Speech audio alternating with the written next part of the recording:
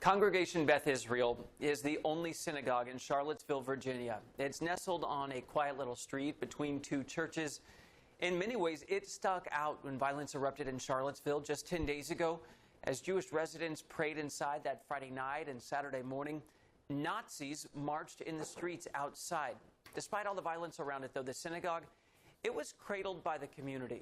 You are going to be riveted by this story. Alex Miller went down to Charlottesville. She joins us now. Alex, the interfaith community in Charlottesville, it was visible throughout the weekend. So they held services on Fridays and Saturdays, right, with other people. Then a lot of people who were there, they were saying, we cannot believe this is happening to us today in our generation. We thought this was so far in the past. I talked to a number of congregants, and they told me that this kind of reminded me of what reminded them of what they thought their ancestors might have experienced over in Europe. I sat down with a congregant. His name is Jeff Schmelkin, who attends services regularly. He was there Friday and Saturday night. He said that Saturday morning, they went into the services. The sanctuary has these stained glass windows, so you can't see out of it, you can't see inside of it, so they didn't really know exactly what they were going to see when they came outside. And when they came outside, it was very apparent that they could be in some real danger.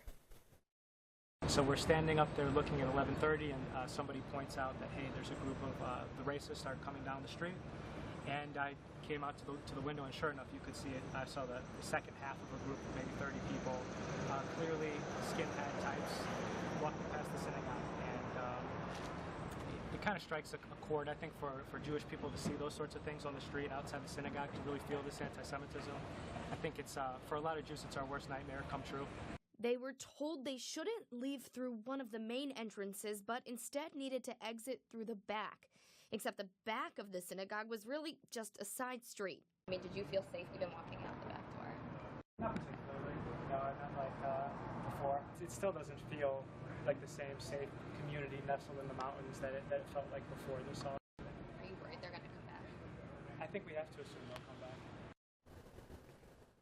So you can see that back entrance of the synagogue isn't really a back entrance at all. It's just another side street. So Jeff told me when he walked out those very doors on Saturday morning, there were people driving by spitting at him.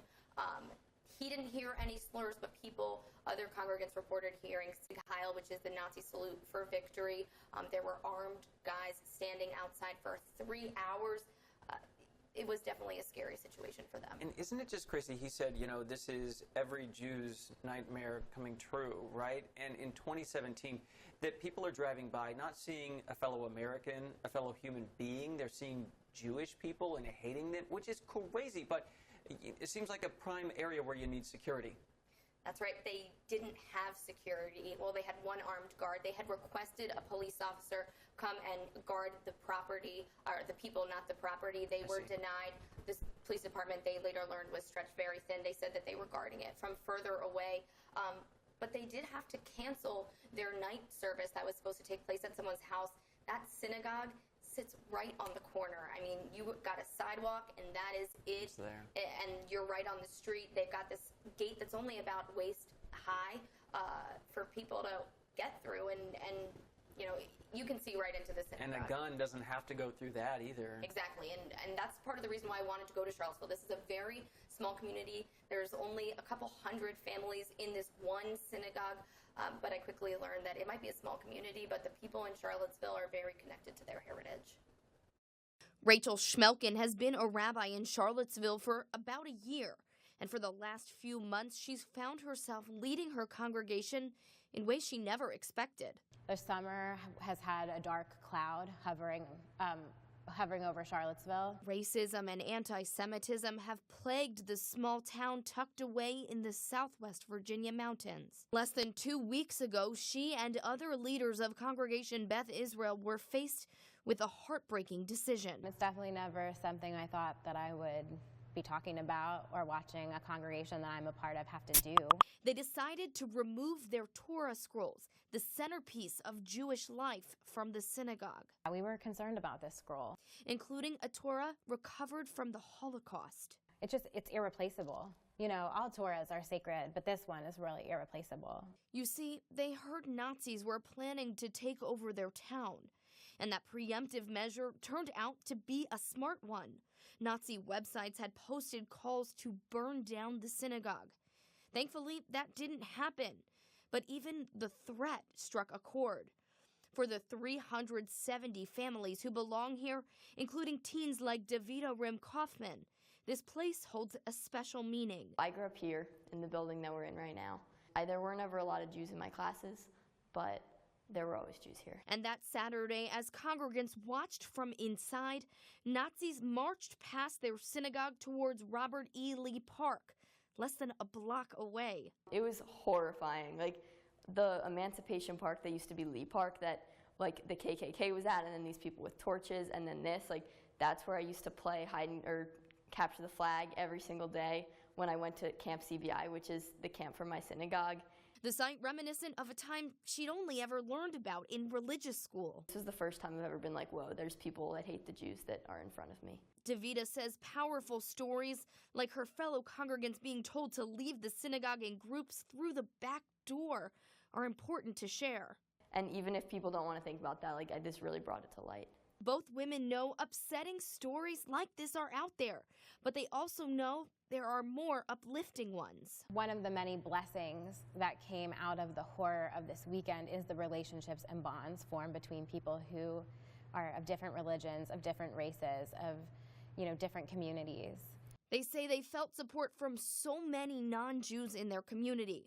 And it really quells some of the fears, I think, that I personally have, because I don't feel that we're alone in this. I actually feel that I have all of these people that I could call on. Rabbi Schmelkin says her role now is to carry out one of the most important parts of Judaism. It's called Tikkun Olam, and it means repairing the world.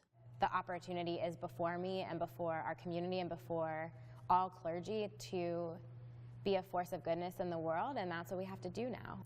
But the other role is to go forward from this event with an even stronger conviction to make the world the place that we want it to be, and to start to put the broken pieces back together. If the story that we tell is only about how scared and petrified we were on Friday and Saturday, and to an extent how scared and petrified we still are, then we're letting these people win. But actually we've won, because we've done exactly what they wouldn't want us to do, which is come together and be unified. And the rabbi's message, it reminds me of what so many people have said with terrorists in the past. Do not let them win. Keep living your life. And it sounds like that's what they plan to do 10 days after this. How are they doing? They're doing much better. They're starting to heal. They're working with the interfaith community to educate people going forward, but they are being realistic. They're raising money so that they can have security. Here in D.C. at synagogues in big cities, you always have a police presence, or you have these big boulders. There's a synagogue near my home that has that. This synagogue didn't think that they'd ever need it, and now they find themselves in a completely different place trying to raise money for a cause they never thought they'd need. That is an important story. That is a great story. Thank you, Alex. Some other headlines today, this Tuesday. Walmart